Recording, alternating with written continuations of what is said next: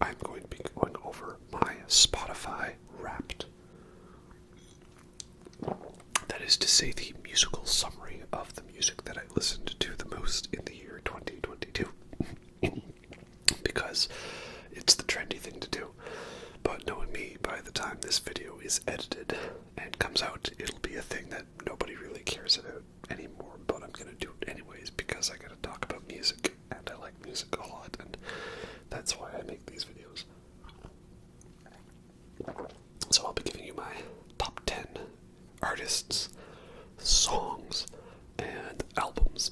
And I own all of these albums on vinyl, so I'll be showing you off those records when we get to the albums, which we'll save for last.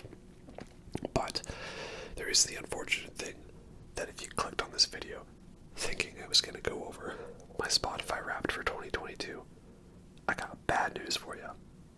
You got clickbaited. Because I use Apple Music, not Spotify.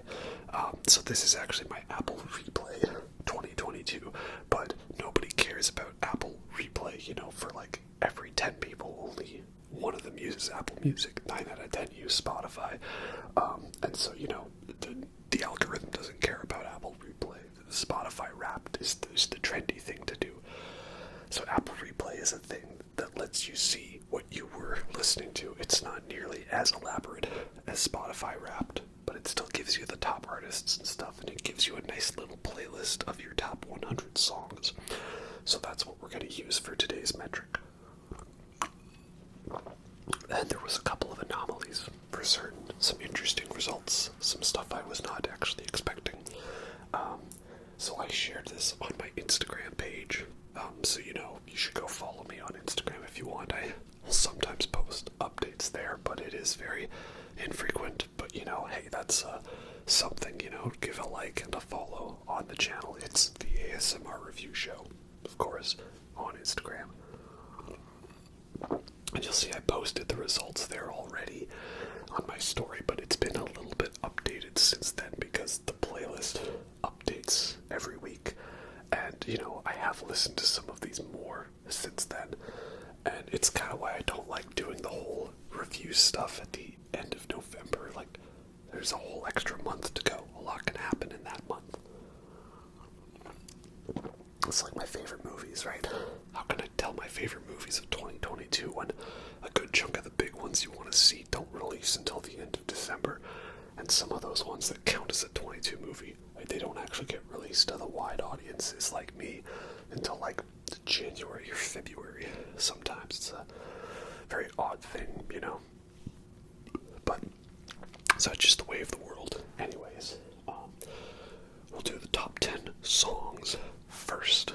So number 10 on the list is Bang Your Head, Mental Health by Quiet Riot, which is a great 80s hard rock, almost heavy metal song. It's not quite there. It's like hair metal perhaps, or hard rock, right? So it's a great anthematic song. I was surprised to see that one all the way up there at number 10. Because I do like it, of course. I listened to it. That's probably high up there because I made like an 80s hard rock metal playlist in honor of Eddie Munson from Stranger Things, and I was listening to that a lot. So that's a pretty good one. That's probably why it's up there. Great song, a lot of fun. Loved how they used it in the opening credits for The Wrestler. Number 9 is another outlier. It's Welcome to Hell by Venom. Again, another song I was listening to because of my retro 80s hard rock metal playlist. I didn't think it was my 9th most listened to song this year, though, ironically. But it's a good one. Venom is a pretty cool band because they're kind of underrated. Like, Venom was before Merciful Fate, before Metallica, before Anthrax, before Slayer, before Megadeth, around the same time as Diamond Head or Iron Maiden.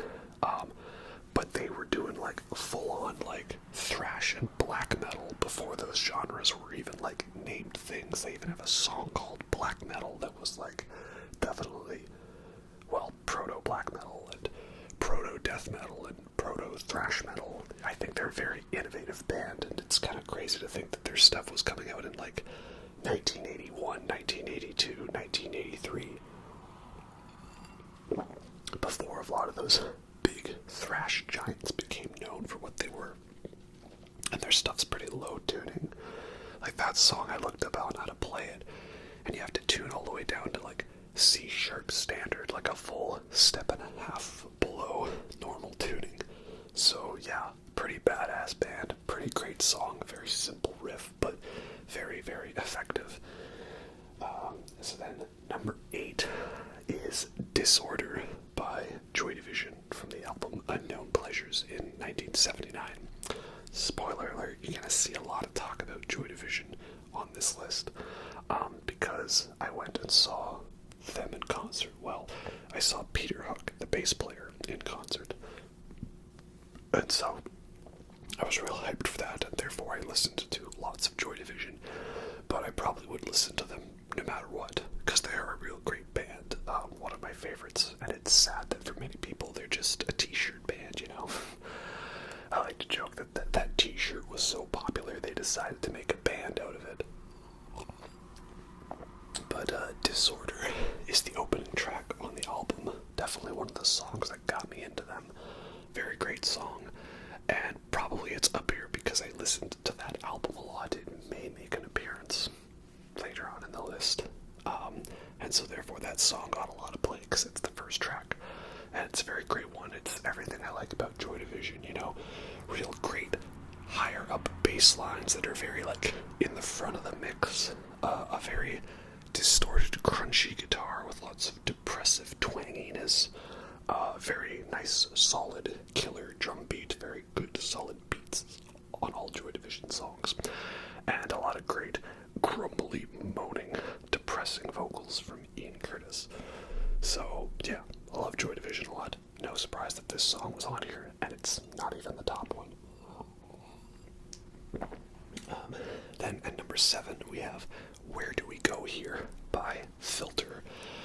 So Filter's a pretty cool band. They're like a 90s alternative metal, industrial metal band. Most known probably for their big hit, Hey Man, Nice Shot. It's a very great song, and it's used in lots of like movie trailers and stuff and video montages. It's a pretty good one. And so one of my favorite songs by Filter is the song Take a Picture, which is off of their second album. That's like one of my all-time favorite songs. I love it so much. But I only really knew the first 2 albums by them. So then I was hearing this song from them, not knowing what it was, but I went and checked it out. And it's a really great one. I don't love it as much as Take a Picture, but because I listened to it so much, having loved this new song that I got into, that's why it's up here so much. And it's great because I love songs that are like in drop D, but they have that kind of like F sharp minor sound to them. They go between D and F sharp. It's a great chord change pattern to do, and you get those like sus2 chords or sus4 chords with the drop D tuning. And the guy's vocals on the track are just insane. You know, it's just like, where do we go from here? It's a great song. It's basically like, if I wanted to write my own songs of that style, that's how I would write it. But I don't need to because this band already did it. So it's a great sound. I love the late 90s, early 2000s guitar sound. It was a very like sonic sound, not as in the game character, but just like sonic soundscapes and, you know, lots of chorus and reverb, and it sounds so futuristic, but it's still kind of dated because you know it's 90s. It's hard to describe. So that's a real good one. And then at number 6 we have another Joy Division song, Shadow Play. And I'm thinking in retrospect, maybe I should have done this, like looked over the top list and like taken one song from each artist so we didn't get repeats, but alas, that's what we're doing. Maybe I'll scroll down the playlist to tell you the honorable mentions later. So yeah, what ones we Shadow Play, number 6, Joy Division, again. Another great song, one of my favorites, again from the Unknown Pleasures album. And this one's just a great song because when I was first getting into Joy Division, I didn't realize that Shadow Play by The Killers was a Joy Division cover. And I always liked Shadow Play by The Killers because it sounded different than their normal stuff. I'm not the biggest fan of The Killers, sorry. And then I'm like, oh, no wonder I love this song so much. It's a cover of Joy Division, and Joy Division's awesome. And I do prefer Joy Division's version. Again, great ascending bass line to a dark, low E minor sound. And the guitar is so overdriven, and that final build of the song with the drums doing a quick bass pattern, and the guitar is just going crazy, and there's a lot of intensity to the song, a very kind of sense of urgency, so it's a real great one. And then that brings us to the top 5. Now, number 5 is the epic 13-minute song Lions, Tigers, and Bears by Slift. Who is Slift, you might ask? They are a new band. I believe they are French, and they're like amazing. This is their album, Uman, I believe it's called, and I think it's their second album. They had another one called Space is Key. Yeah, these guys are amazing. They are like one part Mastodon, one part Tool, and one part King Gizzard, and like also one part like totally like sleep, stoner, sludge, doom metal. It's, man, people talk about, oh, rock is dead and there's no good rock bands anymore. Yeah, that's because they're not the big mainstream ones being promoted, because they're promoting just electronic pop music. You look real good, you will find some gems, and Slift is one of my favorite finds. Yeah, I love them so much. They actually just did a tour in North America for the first time, and they were playing in Seattle, but I wasn't gonna go all that way out just for a small band, and it was like a day after King Gizzard when I was already going down to Seattle for a show, and then I had like 2 other Seattle shows that month, Mars Volta and Twin Temple, so I couldn't fit 4 into the budget. But I know that tour of theirs was a great success, so I'm hoping that that'll get them back over here to this continent, and maybe a couple of Canadian shows while we're at it, or maybe a Seattle show that works better timing for me to go watch. So, yeah, they're amazing, and this song is my favorite of theirs. It's the big, epic end to the album that just starts off with great intensity and some low-filter wah pedal guitar, intense drumming, and then there's a real big, long, like, great analog synth-sounding bit. It just goes crazy, and the song builds so well. It brings it back up, and then it's just got a big, long ending where it's just total, like, drop C or C standard doom metal sludginess, and yeah, so it's everything I love in a song. That whole album's great. If I mentioned any of those bands and they stood out to you, again, Tool, Mastodon, Sleep, Black Sabbath, Electric Wizard, King Gizzard, any of those bands, they're fantastic. I really hope they do some more material, and definitely check out the live videos of them playing at like Levitation and KEXP. We love KEXP. Based Cheryl Waters is our queen, because she gave us King Gizzard, but also she gives us Slift on KEXP. They're amazing. Can't gush about them enough.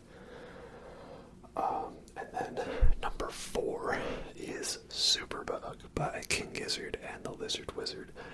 Originally, this song was actually in 6th place when I first looked at the playlist, but since I've listened to some of these songs, that one bumped up.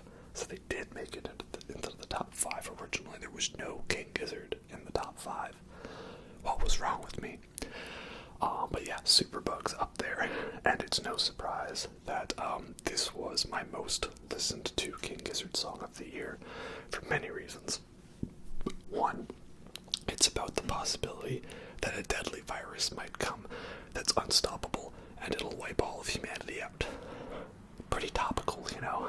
Very topical. listened to that song a lot for the past couple years. And then also, I made my own cover version of Superbug. I did a cover video of it, like all the instruments and the vocals, all of it I did. And that's going to be on my second channel, which I haven't really promoted yet, because I wasn't really posting on there, but I figure if I'm going to post this video, and that's a channel where I've got like 10 subscribers, and I've got like about 6,000 I think right now, I may as well do that. So yeah, here's a shameless plug for my second channel. It's the Synthetic Overlords, and I'm gonna post cover songs and original songs on there, and I make the music I want to make, and I make it in the style I want to hear. I'm not trying to make it big. If I did, I'd have to make music I don't like, and so I just do what I want. So if you want to hear me play some music, you can go check that channel out, the Synthetic Overlords. I'll be posting the Superbug music videos soon, and there's a couple other originals on there, so you can go check those out. But yeah, I'll just post the songs there, because originally I wanted to just do it all on one channel, but that's not really the way it works. Like, you sub to a channel because they make one type of content. You know, you have the regular channel, and the vlog channel, and the gaming channel, and the second channel for all of your TikTok shit posts, right? That's how it is these days.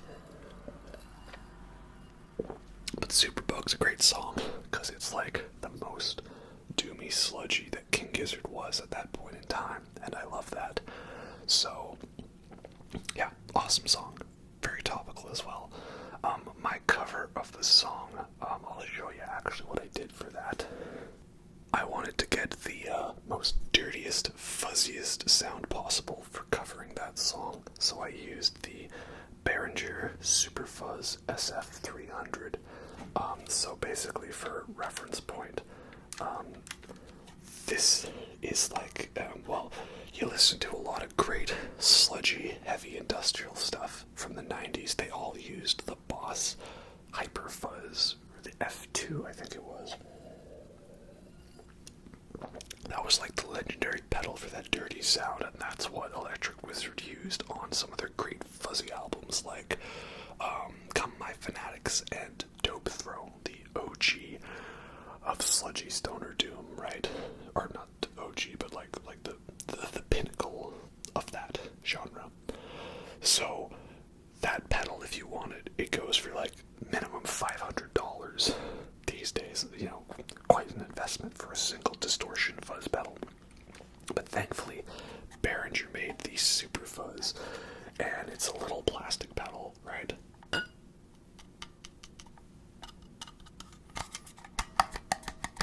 Very cheap plastic pedal, but it's like literally 20 times cheaper. It's only like $25 as opposed to $500, maybe a little extra with shipping and handling. So it's great because I can get my stoner doomy Electric Wizard tone using those settings, and it sounds almost identical to the Hyper Fuzz, and it was 20 times cheaper. So yeah, I used this for the distortion in that video. Then at number 3, we have the legendary Black Sabbath with their song Paranoid off of the album Paranoid. No surprise that this song is up there. I love it a lot. It's a great song. I also did a cover of this on my Synthetic Overlords channel. You can go check that one out. I did that one in D standard, much like how the band was performing out live on their last couple of tours. Yeah, not much to say about that. I just love that song a lot, and that's why it's up very high. And then at number 2, we have Danger Zone, Archer's favorite song by Kenny Loggins, from, of course, the Top Gun soundtrack. Gee, it's almost like there was a Top Gun movie that came out that I was really anticipating, and that's why I listened to Danger Zone like non-stop for 6 months of the year. So yeah, Danger Zone. It's in the Top Gun soundtrack. Top Gun Maverick finally came out. I loved it. One of my favorite movies of the year. One of the best legendary sequels, legacy sequels. And I'm also glad that they still put Danger Zone in the opening credits. You know, there's rules to a Top Gun movie. You know, it was like most perfect intro in the first Top Gun. Like, did they try to change it? No. Sometimes don't fix what isn't broken. Just acknowledge that it is good as it is. And then number 1 is a Joy Division song. Of course, it is New Dawn Fades. Again, off of Unknown Pleasures. I'm surprised this was my number 1 song. I didn't think it was that high up, but it is. And it's a great song.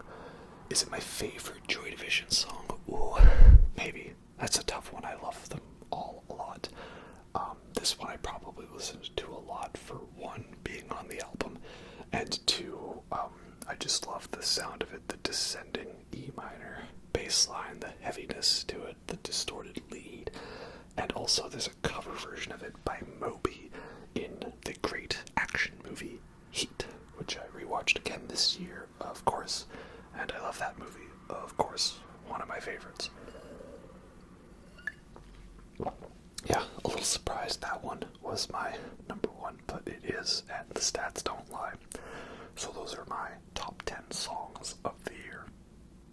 Next up, we're going to go over my top 10 most listened to artists of the year, according to my Apple Replay / Spotify Wrapped.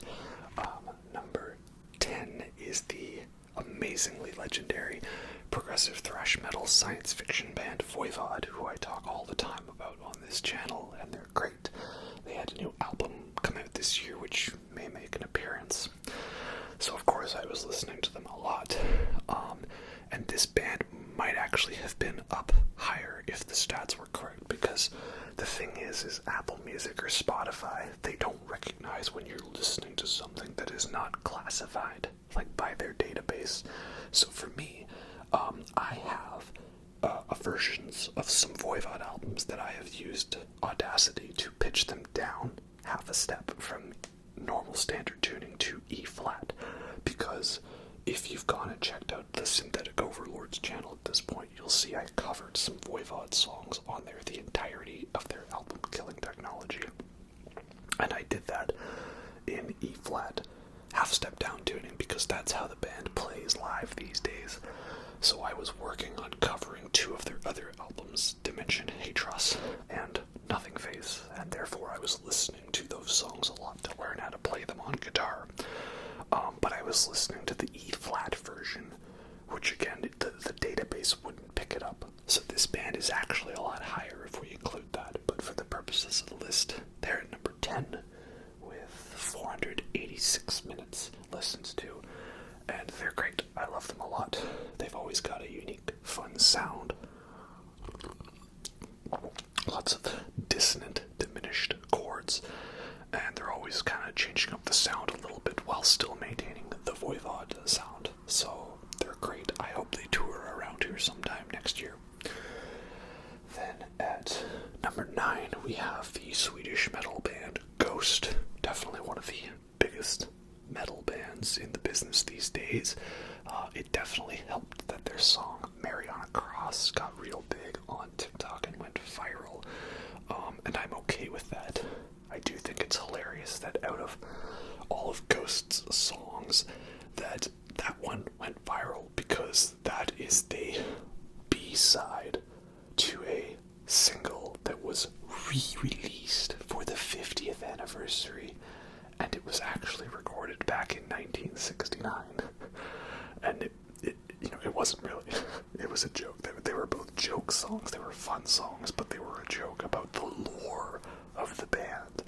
And so the fact that the B-side to it, not even the main song they were talking about, that's the one that went viral.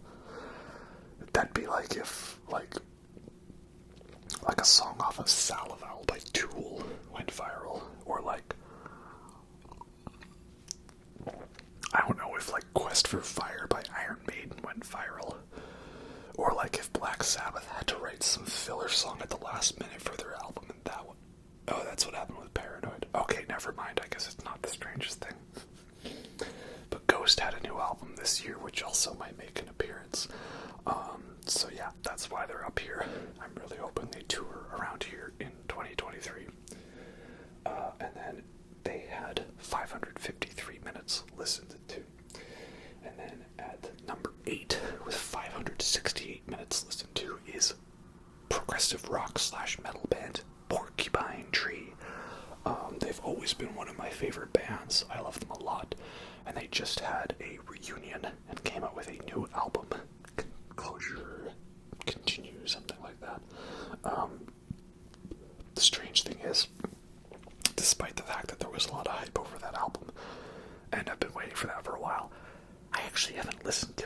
much, so I don't have much of an opinion on it. I think it's good from what I've heard, but I don't know.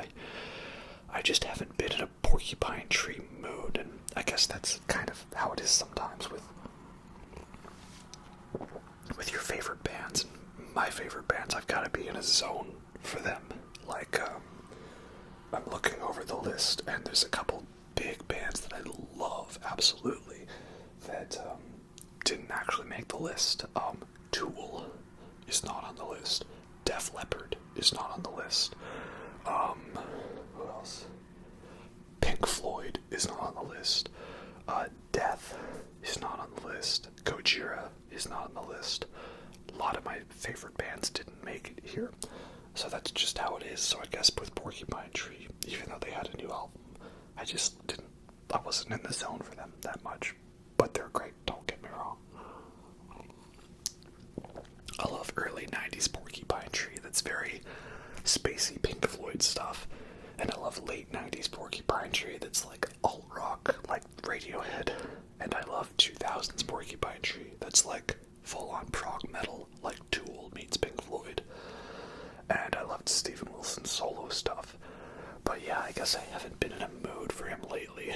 Like, I didn't really listen to the Future Bites. It didn't interest me too much. And I've heard some stuff off of Closer Continuation. Like Harridan, the first track. Whatever it is, it's good. And what's it? Rats in the Cellar, Rats Return. That's cool. I don't know. I guess. But they are good. Don't get me wrong. And then at all the way up to 721 minutes listened to, number 7 is Joy Division. Again, we're talking about this band. And yeah, I think this was the year that they really jumped up on my favorites list, because I'll talk more about this when we get to the albums. Hint, hint, wink, wink. I always loved their first album, Unknown Pleasures, but it wasn't until recently that I really got into their second album, Closer, because it's not really as accessible and mainstream as the first one, but it is equally as good. And then again, I saw Peter Hook and the Light in concert, so I listened to this band a lot because I was real hyped for that, and it was a great show. And you may have seen my other video talking about concerts I went to in 2022, but yeah, needless to say, it was a great experience, and I listened to this band a lot. Then at 742 minutes listened to, we have number 6 is Mastodon. Again, another band that I feel like I got into a lot more this year, because they were touring with Opeth, so I made a point to listen to them a lot. And they had a newer album, I think from last year, was Hushed and Grim, and that may make an appearance later as well, so you know, we're seeing lots of crossover here happening. And Mastodon's great. I like that they're trying to give each album its own theme to a certain point. There was like that bit where every album had like an elemental theme to it, and they don't really do that anymore, but I still feel like each album has a fairly distinct style to it, and they're just a lot of fun, you know. They make these big, complex songs with lots of parts to them, but also like almost every member of the band does vocal duty, so got different flavors depending on which vocalist is singing which part, and they're very complex, and they're all great at their instruments, and they use orange amps and have lots of sludgy, chuggy soundingness to it, so that's great. But they're also not afraid to, you know, have a little fun. They don't take themselves too seriously. They're still a very silly band, you know. Look no further than the music video for The Motherlode. So yeah, they're a lot of fun. Seeing them in concert was great. Always a good time. That actually wasn't the first time I saw them, though. They did open for Primus back in like 2018, which was a weird combo, but a fun one. Mastodon's great. Then, ironically, at number 5, with 762 minutes listened to, is Opeth. Again, the other band that was that show. And Opeth's great too, Swedish progressive technical death metal band with all the Scandinavian influences in them. The early stuff is great. It's all, proggy death metal with lots of growling, and we love Blackwater Park. It's awesome. And then the new stuff, the more prog rock 70s stuff, is also really great. I love it too. I had always avoided it because it just didn't seem to interest me, and a lot of people hated it. But listening to it more, I'm like, wow, there's actually some pretty good stuff on there, like Sorceress and what is it? The one Eternal Rains Will Come, and that album with the portraits and stuff on it. That one's great. New album's great. Yeah, I like all eras of Opeth. They're an awesome band. Though it's funny that this band gets up higher because most of their songs are very long, so it's not like I listened to more songs by them. They just have longer songs, so it's easier to listen to more of them. And then at number 4 we have Rush with 764 minutes. So they beat out Opeth by just a mere 2 minutes. I think I may have listened to some Rush recently, so maybe that helped boost them up a little bit, I'm not sure. But yeah, Rush is great. Obviously the most classic of Canadian prog rock bands that there ever was. And I love them a lot. I think it was around like Canada Day, I think I kind of went into a very big Rush mode, and I was trying to like hit up a lot of the more obscure Rush albums like Counterparts or Vapor Trails or Test for Echo. So that definitely helped boost them up a bit. But then I was also revisiting the classic Rush albums that I love, like Power Windows and Hemispheres, and of course Moving Pictures and Grace Under Pressure. So yeah, they're just a band that's always going to have a lot of love for me. And for some reason they just had a little extra love from me this time, so that's why they're up here. And then we jump up quite a lot to 1,025 minutes with the number 3 spot, Metallica. Of course, legendary thrash metal band, needs no introduction. They are definitely higher up because of Stranger Things. Obviously, I listened to them before they were cool, but the fact that they were getting so much attention from the show, that I could talk to metal music about people that weren't metalheads was definitely a boost. And I was just vibing a lot of older Metallica music, because obviously I love all eras of Metallica, some more than others. I was just vibing a lot of the obscure 80s songs like Call of Cthulhu or Frayed Ends of Sanity a lot, And then, just to cap it all off, I had done a Metallica video talking about all of their albums, and now they're like, hey, guess what? New album, new tour, Lux Eterna, 72 seasons, we'll see you in 2024. Sure, why not, You had my interest, but now you have my attention, right? So yeah, not surprised to see these guys high up. Also, again, I was doing the retro 80s metal playlist, so of course there was lots of old school Metallica on there. And then at the number 2 spot with 1,068 minutes listened to is the Mars Volta, the progressive rock band from the 2000s. They had just released a new album, their first in like 10 years, and they came back from hiatus with a tour. And they had just recently released their albums all again on vinyl, so I picked up a couple of those, like their big ones, Deloused in the Comatorium and Francis the Mute. So of course I listened to those guys a lot. If we include the amount of time I listened to the vinyls as well, that would be even higher, but that doesn't count. And I saw them live, and I listened to them a lot. And they have a lot of long songs, so I don't even need to listen to their music a lot to get them high up on the list. they still would have been high up regardless. So yeah, they're a great band.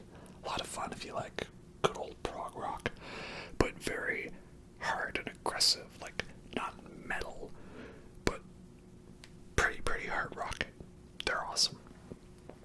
But then, of course, you all knew who number one was going to be.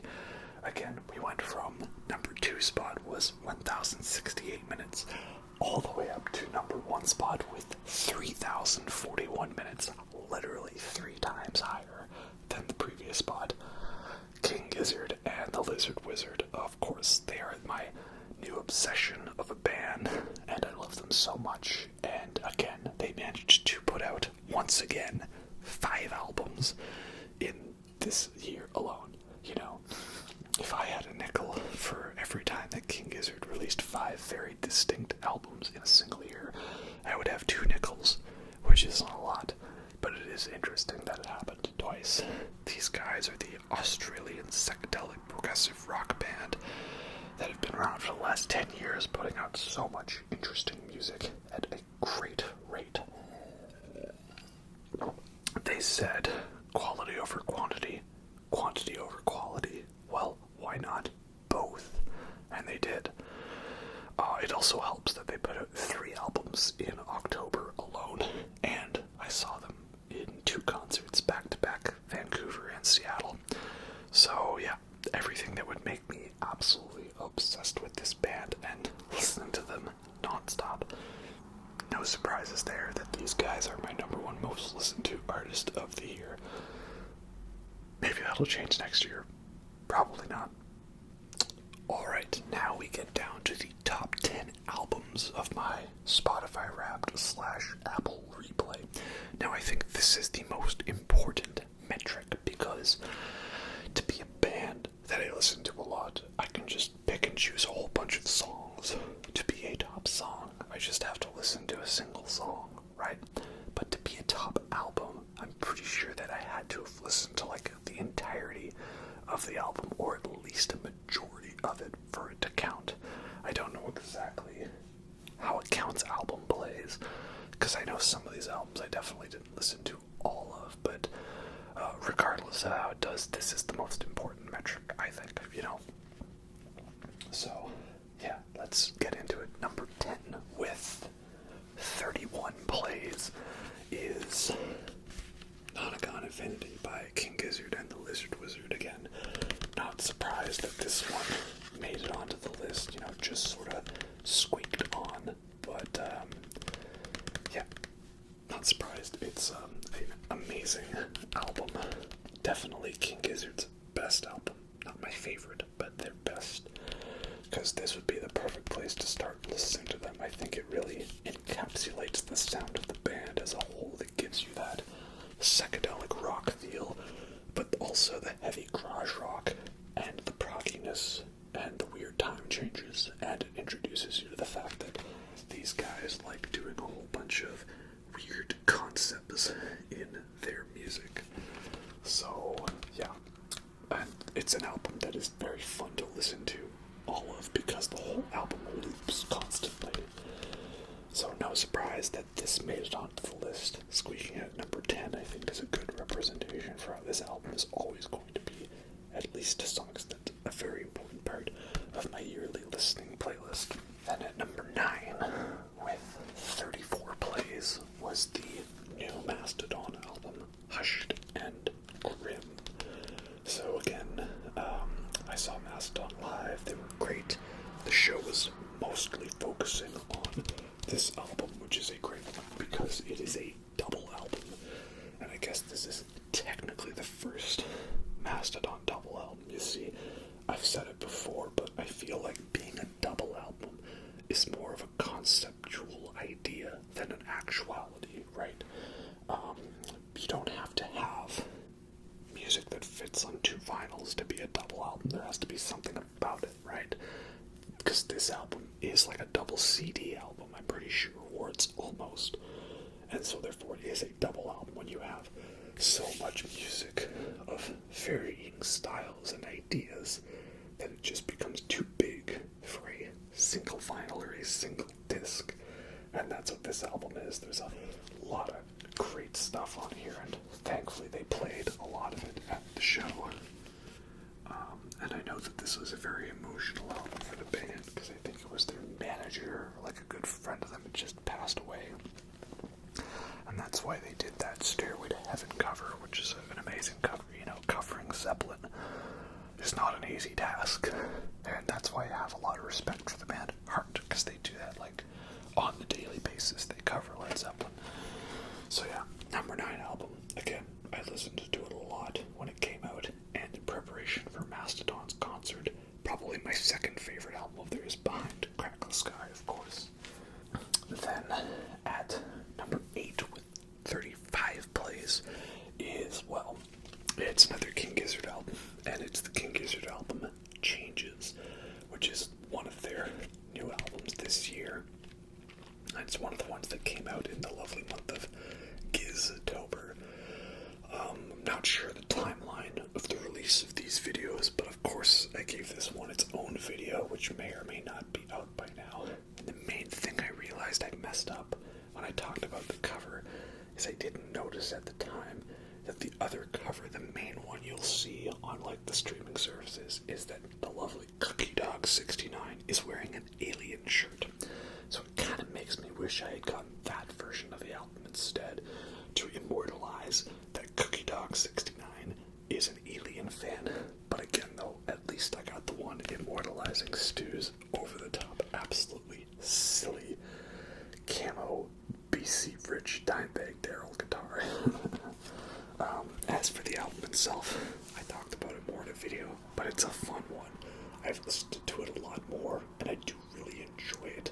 I like how much music they managed to get out of a relatively simple concept. And I like that, especially on side 2, we get a lot of varieties of songs.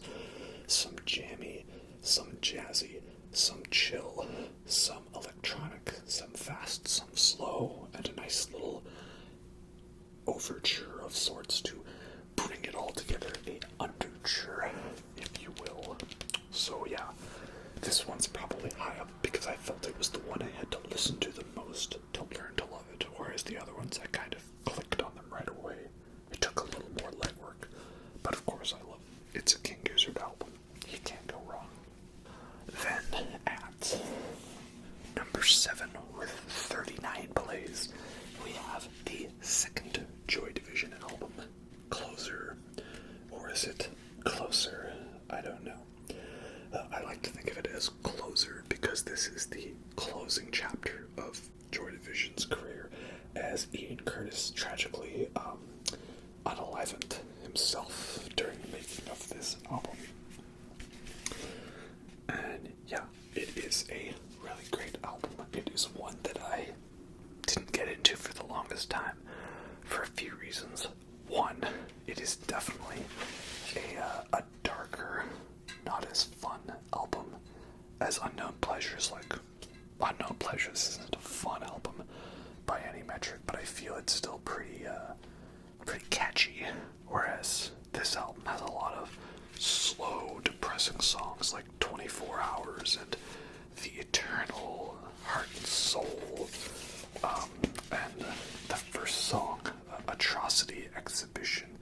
It's a very long, repetitive song, very noisy guitar work, you know. So this isn't one that like would have as much mainstream appeal, and I think it lends itself to the fact that like when you hear Joy Division, when you think of Joy Division, you think of their hit singles like Love Will Tear Us Apart and Transmission, right, stuff like that. Or you think of that album cover of Unknown Pleasures, the black with the radio waves, and then you hear a couple songs out there and you realize, oh, I've heard those before, like She's Lost Control, Shadow Play, New Dawn Fades, Disorder. Closer. Can't recall seeing any of this album anywhere in popular media, but I think it is just as good as Unknown Pleasures. So this one is definitely high up on the list because I had to force myself to get into it more. This was the year that I was determined to make this one work, and it did. And I love this one a lot. Really love the sound, so just a little too addicted to unknown pleasures, try to force yourself to get into this one, because it is definitely a worthy journey for you to get into, even if it is a little depressing. At number 6 with 44 plays, we have the new Voivod album, Synchro Anarchy. So we've talked about Voivod once or twice on this channel. This is their new album that came out this year. And you know what? Actually, it's strange because I was hyped a lot for this album. I've loved their last couple albums that they've done with their new guitar player, Dan Mongrain, aka Chewy. And I heard the pre-release songs like Planet Eaters and Paranormalian and Synchro Anarchy, and I was hyped. And for some reason, I don't know, I guess I wasn't in a Voivod mood or something like that. I kind of just sort of ignored this one when it came out. There was a few reasons. One is I was really into the old Voivod albums because I was trying to learn to play those ones on guitar. So I wasn't in the mood for new Voivod. And then in the middle of the year, I just was vibing other stuff, you know. But as of late, I kind of got back into it, and I listened to it more, and it's a pretty damn good album. I'm really hoping that they can come tour around soon, because Voivod's always a fun time. They're not a big band, so the tickets are not too crazy expensive. They're at small venues, lots of interaction with the fans. It's always a great time. This one is definitely continuing the sound that they've had for the last couple of albums, so I like that. Chewy has been such a great addition to the band in terms of songwriting, and I love what Rocky is doing on bass. Just, they're both such great guys. I love what they bring to the table, because obviously the main Voivod writers in the 80s were Piggy and Blackie. Blackie's no longer in the band. Piggy is no longer with us. So those are some big shoes to fill when you're writing such intricate, unique music that Voivod did. And they managed to do a great job with that. And then I will show you the final here. It's a cool blue color. So that's nice. Very fun. So I should definitely listen to this album even more than I already have. But yeah, and I think I've finally sort of gotten into this one a lot. If I can get this final back thing. It's always the worst part. There you are. So yeah, it's a great album. Maybe if you're not the biggest fan of New Voivod, it might not sway you over. And I think I prefer The Wake to this one, because that had a bit more of an overarching concept to it. But this one is really great. So, you know, more. At number 5, with 48 plays, we have the new Ghost album, Impera. And oh man, that is some amazing artwork. Always loved Ghost's artwork. And, having it on vinyl and being able to see all the detail in it, it's great. Because I loved, Meliora is still my favorite album of theirs, but this one is getting close to being Meliora level quality. And I like how this one still has that kind of, you know, Metropolis vibe to it, but it's a little more mechanical in nature, less factory, more futuristic, right? So yeah, it's a great album. I definitely listened to it a lot because it was a big new album. So I do love it a lot because it's continuing the sound. I guess if I had one criticism of it, it's an odd criticism, but it's, you see, the idea with Ghost is that they have a different singer with every album, right?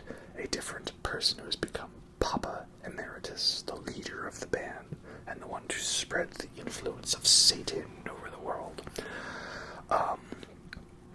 Well, the thing is that it's always the same guy, right? Toenail Fungus is his name. Sorry, Tobias Forge. And so, in Ghost lore, there was not a papa for the last album, Prequel. It was the Cardinal Copia, and we all hoped that he would eventually become Papa 4, Papa Emeritus the Fourth, and he did. And that is what this album is. He is now full-on Papa the Fourth. So it made sense that Prequel was a prequel to him becoming Papa 4, and therefore also makes sense then that Impera would be the most similar to its predecessor, right?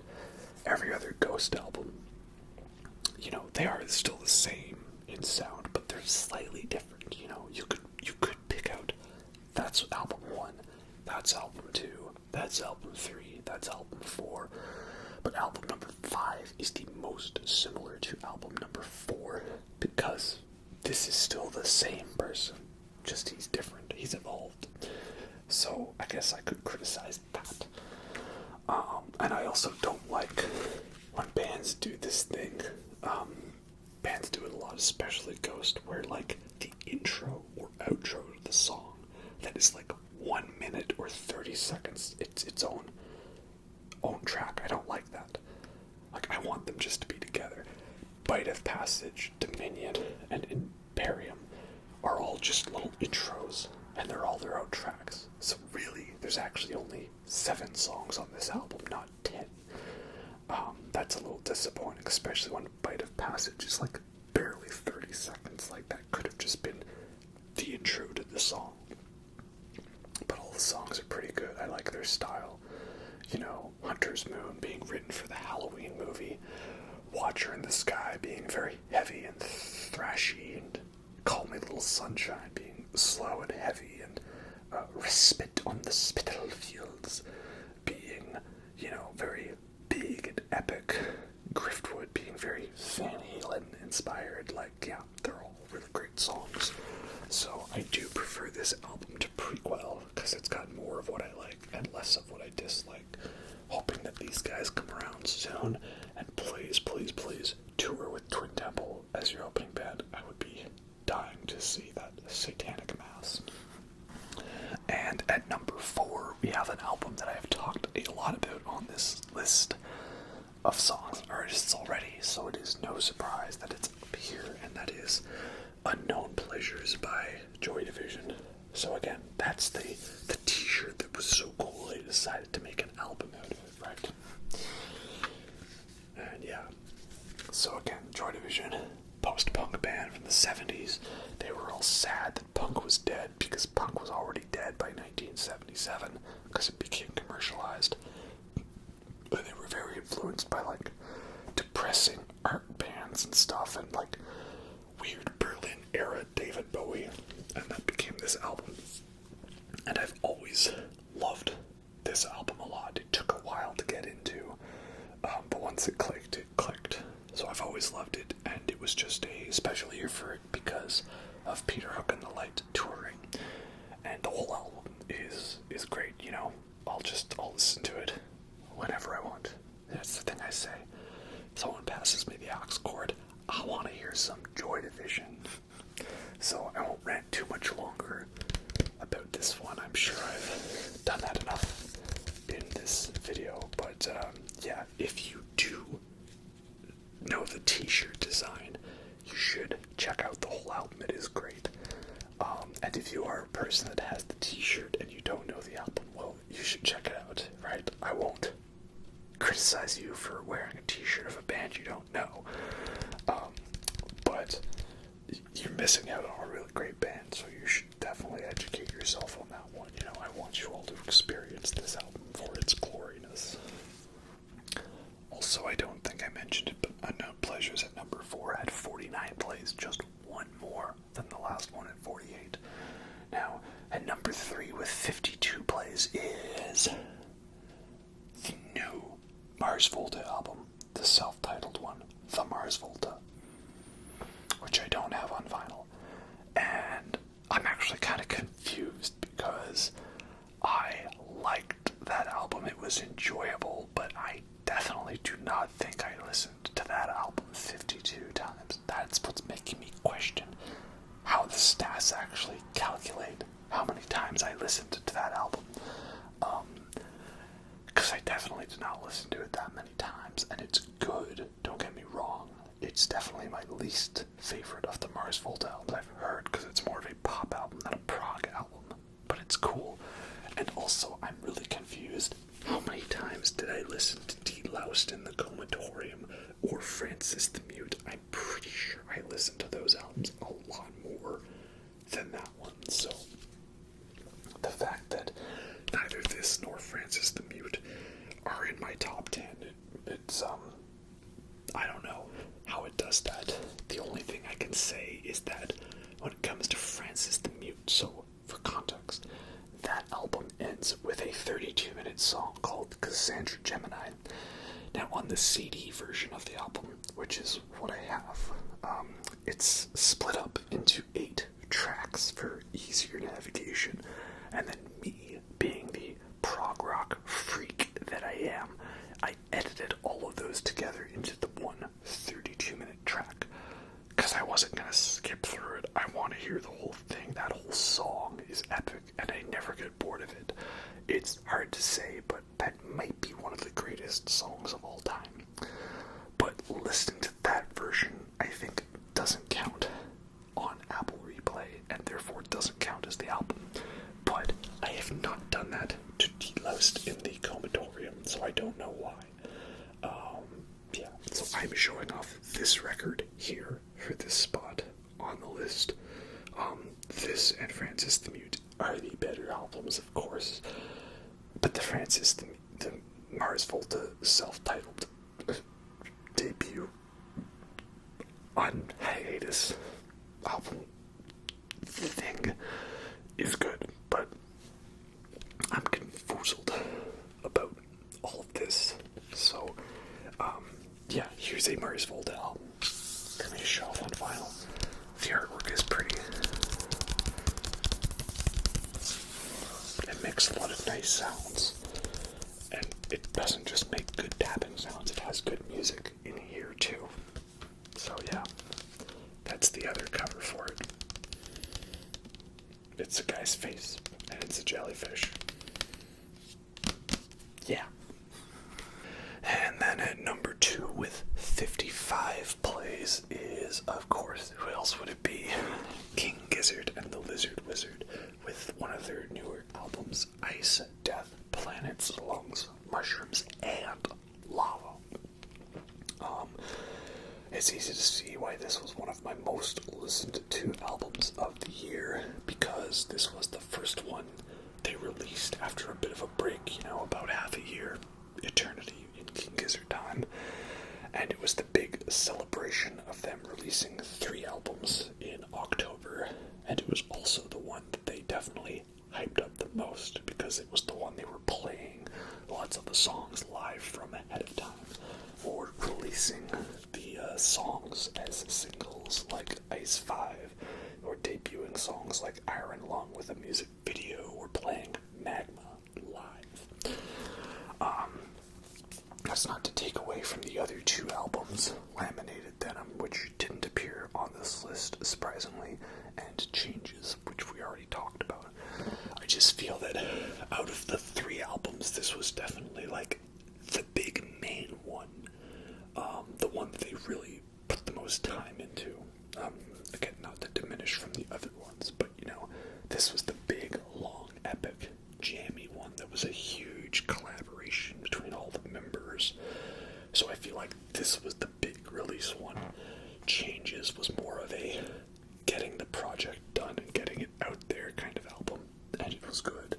And Laminated Denim was more so an EP, to the point where it was classified as an EP by the automatic processing systems on those services like Spotify and Apple Music, until they finally said, no, it's a proper album. And it was also a little prequel to Timeland. But Ice Death was the main one, the one I listened to the most, and it's one of my new favorite King Gizzard albums. Out of the 5 that they released this year, it's definitely my favorite. Easily in the top 20 best King Gizzard albums, they're definitely up there. So yeah, I'm not surprised that this one made the top of the list for albums I'm just more surprised that the songs didn't make it up there more. But I'm guessing that's because it released later in the year, so there was less time for me to listen to it more and bump those numbers up. And my number one most listened to album of 2022 should be no surprise. I mean, this album has the advantage of being released by a band that I love and I'm currently obsessed with, because Obsession is good for you. And it came out quite early in the year, and it has a lot of songs on it, so it had basically everything going for it to become the number one most listened to album of 2022 for the year. And it's not even my favorite of the year, because, well, it's this band had another album that we just talked about, and I like that one more. But it's still great, and it's Omnium Galarum by King Gizzard and the Lizard Wizard. This is my most listened to album of the year. Number one on the Spotify Wrapped, Apple Music, Apple Replay. Why? Well, this album came out in April, so, first half of the year, and it had a lot of anticipation for it, because this was the first real King Gizzard double album, not a separated at birth album like KG and LW, a real double album, a very long one with lots of songs. And it was again like a gumboot soup part 2 album of them throwing together everything and the kitchen sink down the sink into this one. And it's just great, I wouldn't say this is the best album to start listening to King Gizzard to, but it's got the best collection of King Gizzard songs to listen to, because we go from proggy jammy stuff, light chill stuff, thrash metal stuff, electronic stuff, chill jazzy stuff, more thrashy stuff, weird experimental stuff, boogie stuff. This album has it all. Really, it's a very good entry level album for King Gizzard, in that it's the best place to figure out where do you want to jump off from this to get at the other albums. So there was a lot of hype for it, and I do love this album a lot. I still feel, though, the first half is more stronger than the second half. To show you how crazy this album is, I didn't even mention the rap songs in here. That's like a good old Wu-Tang Clan throwback, with Ambi, the Grim Reaper, the Shrimp Reaper, nailing it on spin them verses. So yeah, this album has it all. Very easy to see why this was my most listened to album of the year. That's a great artwork indeed. But again, I think Ice, Death, Planets, Lungs, Mushrooms, and Lava is more of a favorite of mine. This would be my second favorite album that they put out with this year, because that's how crazy this band is. So yeah, again, King Gizzard taking 3 of the top album spots, of course, 4. Notagon changes, 4. And I'm sure if I could see number 11, it would probably be something like KGLW, Flying Microtonal Banana. And also, I think the only reason Murder of the Universe is not too high up on here is because that one I did the same thing. I took all the little bits and I edited them together into one track. Because if I'm listening to Hantayumi and the Murder of the Universe, I don't want to have to take the time to put 6 tracks together in order. I just want to have one track, because I'm very particular like that. I like editing songs together, so it's easier for shuffling playlists, right? So, last thing I guess I could do is kind of go through some highlights of the top songs list, because I have that in a playlist now. So, number 11 that just missed out on the top 10 was Night Call by Kavinsky, which is of course the big song from Drive, the opening credits to that movie. And it's definitely up here for many reasons. 1, because it's an awesome song. 2, because I rewatched Drive recently. Hadn't seen it in a while. That movie gets better the more I watch it. And 3, when The Batman came out, I made like a Batman themed playlist for like songs that I could imagine him like listening to in the Batcave, like Something in the Way by Nirvana, which, side note, that song is somehow not in my top 100. I have no idea, because I was listening to that song a lot when that movie came out. But I figured Night Call by Kavinsky is definitely one that would fit that vibe, because I like making fun themed playlists. So that's number 11. Number 12 is Rattlesnake, of course, by King Gizzard. That's the song I listen to a lot, and I force it on other people because it's fun and repetitive. And 13 was Separate Ways, Worlds Apart by Journey, probably because it was the big epic trailer song for season 4 of Stranger Things, and then it was the big, penultimate teaser to the final episode. And it's just a great song. I already loved it. But now I hear that song, I think of the hype around Stranger Things 4. I think of how great it was to be into that show at that time. And how I finally watched the show, all of the seasons, because I hadn't before. It's got a lot of fond memories, and it's the perfect intro to an awesome 80s themed playlist. And then we also have Gaia by King Gizzard, of course, my favorite song off the new album. Heavy and thrashy, of course. Thrashy King Giz is the best King Giz. The other one we have high up there is You Know My Name by Chris Cornell, which is the song he made for Casino Royale, the James Bond movie. And I love that song. It was definitely one of my most listened to wake-up songs and like morning shower songs, or getting ready for work or making breakfast songs, because it's just got such a vibe and an energy to it.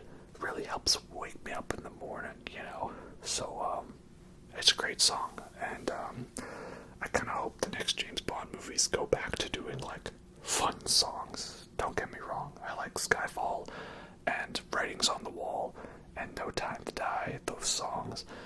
But we've had 3 James Bond movies in a row where the song is a slow piano ballad about how he's a tender guy with feelings and emotions, and I want to go back into a song about how he rocks and is a badass, but we'll see. And then, of course, also up there we have Mighty Wings by Cheap Trick and Playing with the Boys by Kenny Loggins, both Top Gun songs, because again, a Top Gun movie came out this year. No surprises there. And then finally, last song we'll mention up there is Painted Black by the Rolling Stones. That one was also up there because I felt that really fit the vibe of that Batman themed playlist.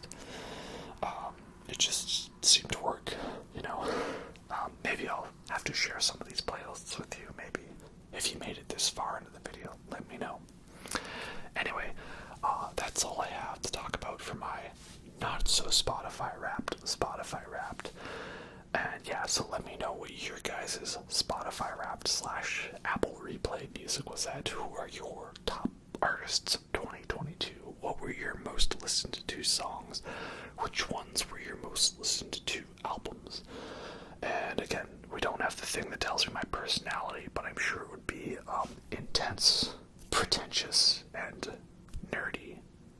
Probably be the big ones for me. Because obsession is good for ya.